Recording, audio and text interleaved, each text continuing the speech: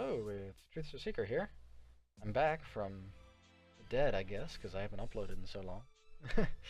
So I figured I'd go ahead and make a video talking about the most recent patch notes, because they decided to make some, and it only took 3 months since the last one. So I figured I would go ahead and talk about it, because it had some, I guess, controversial things to go over. Now, first of all, they finally fixed the colony exploit.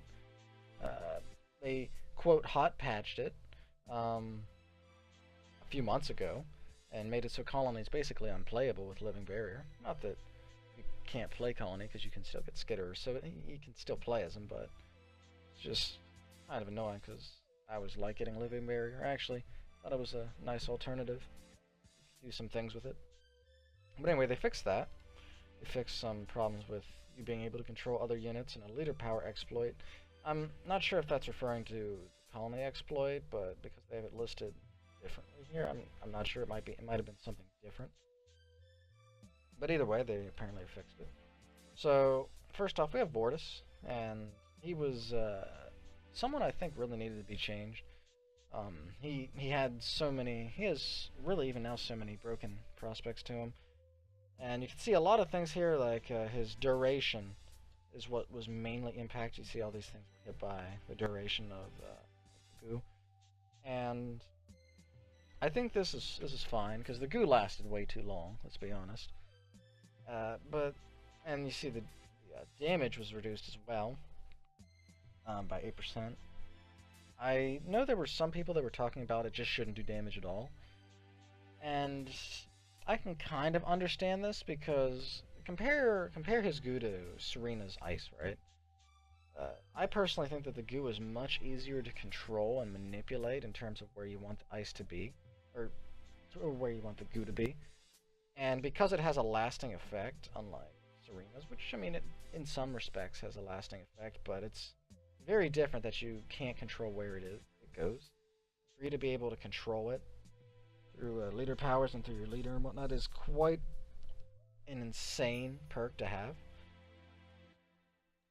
So I can understand why they may want no damage. I don't know if that. I think that might be going a little overboard, but for now, at least, it seems that they've heavily reduced his goo time by, it looks like, roughly about 15-20%. So see how that turns out. Anything else worth noting? There's one thing here I was looking at. Pavium, yeah. This Ultra Mines, I'm glad they increased the arm time by a second. I mean, it may not seem like much, but they did arm way too fast. And because of how strong the Ultra Mines are, like, you could just drop them on armies and it would just kill everything. It was beautiful. I'm kind of sad they're taking it away. No, that was my free wins. But they're making it a second longer. I'm not sure if really a second's quite enough, but we'll see how it goes. It's definitely in the right direction. Like supply power increased. I think that's fine because it's just such a great ability. Cooldown was also increased a little bit. Same thing with Ultramine 2. Pavium stand. Duration reduced 20%. I thought this was relevant because like this is crazy ability in terms of base trade or any type of crack through on a base. If you're trying to crack a base, you know, just get in there and kill it real quick or something. Then this could basically just make it so you could turtle extremely efficiently. Combine that with the mega turrets, and it made it quite difficult to crack a late game Pavium. So I'm thinking this is a step in the right direction. The Lich Vanguard was something I kind of surprised I didn't see one thing changed here. The HP and damage was increased, which is fine. I thought it was a little underwhelming, sorry, as a unit that, you know, dealt damage, because you compare other ultimates like Anders Sentinel Network, I think it's called, where it had a ton of Sentinels. It does crazy damage and they have great health. So when you compare it to the Lich, it just doesn't even compare. And even the gunship, does much more DPS, I think. So to see these changes is fine, but at the same time, the amount of time that the Lich is out for is insanely long, and I mean it's insanely long. I don't really understand why it's so long. It's nice if you can deny an area with it, but it doesn't feel like it's quite what I would want to see from an ultimate unit to just kind of sit there for I don't know how long it is, but I think it's at least 60 seconds. It's an insanely long amount of time. But uh, overall, I don't really like Pavian that much, and so we'll see how this affects him.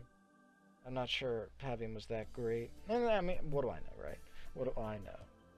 But that's just my thoughts on it.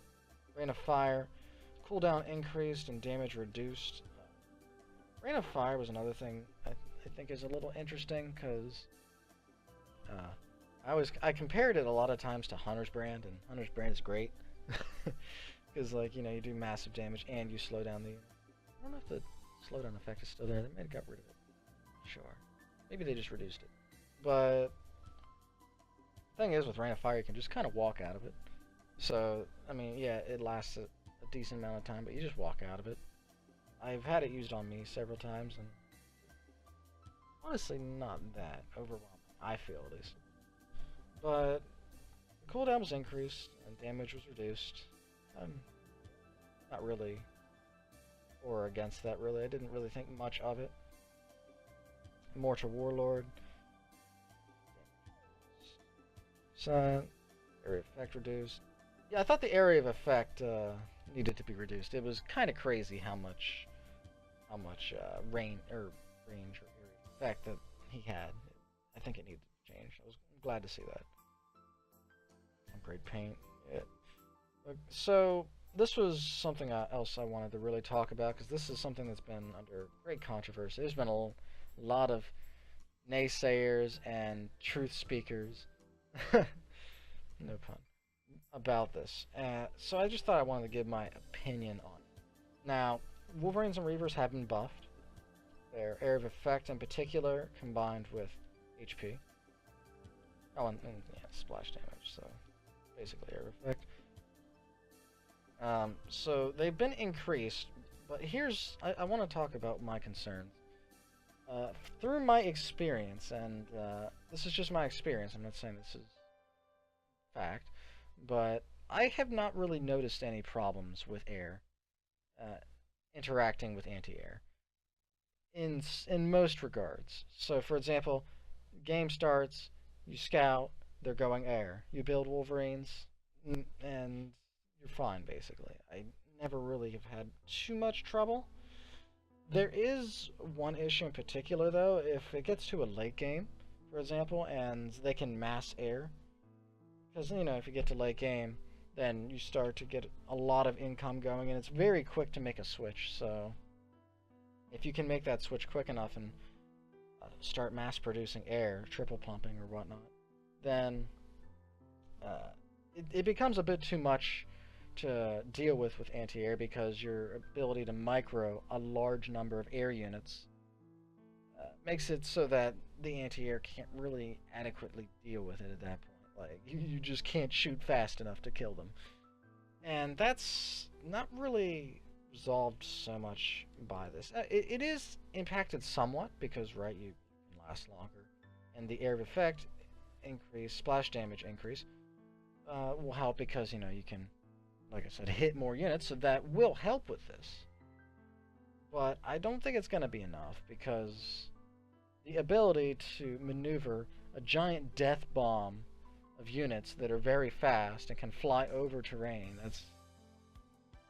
it's very difficult to deal with. Not to mention their building killers, so going for any kind of base trade with anti-air when they have air is not going to be effective unless you have building killers of your own in some way. But again, the main issue with this is if it gets to super late game and then they can do a quick switch into air, right?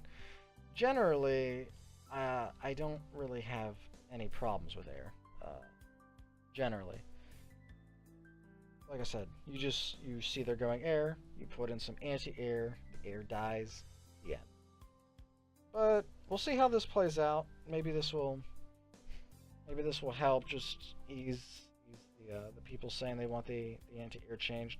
I'm not so against it either, because I don't like the idea of just trying to boom into Tech 2 to go air if that was a problem. So I can understand why they wouldn't want this if that is their fear, because as you'll see when I talk about vehicles and anti-vehicle interactions with vehicle, I have this concern that they were having with the air. So go ahead and move on to that now. Just leave this alone now.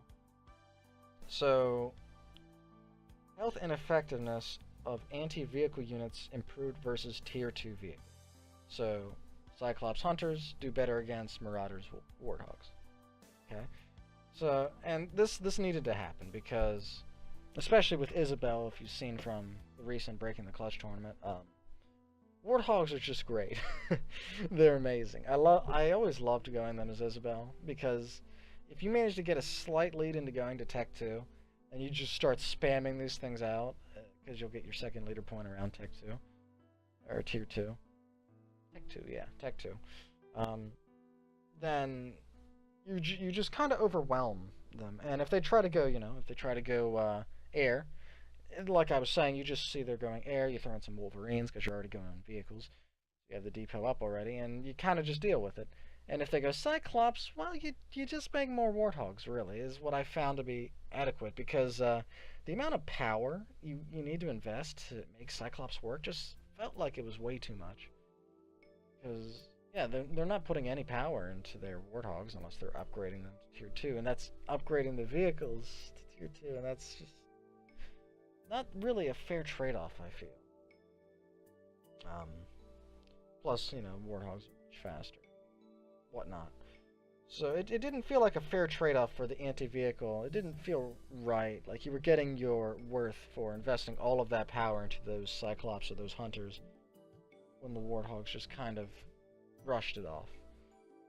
So I'm glad to see that they've made this change. Anti-vehicle damage versus medium vehicles increased by 19%. I mean, it's not so necessary to increase it against all vehicles. I just felt that Warthogs and Marauders in particular were the problem.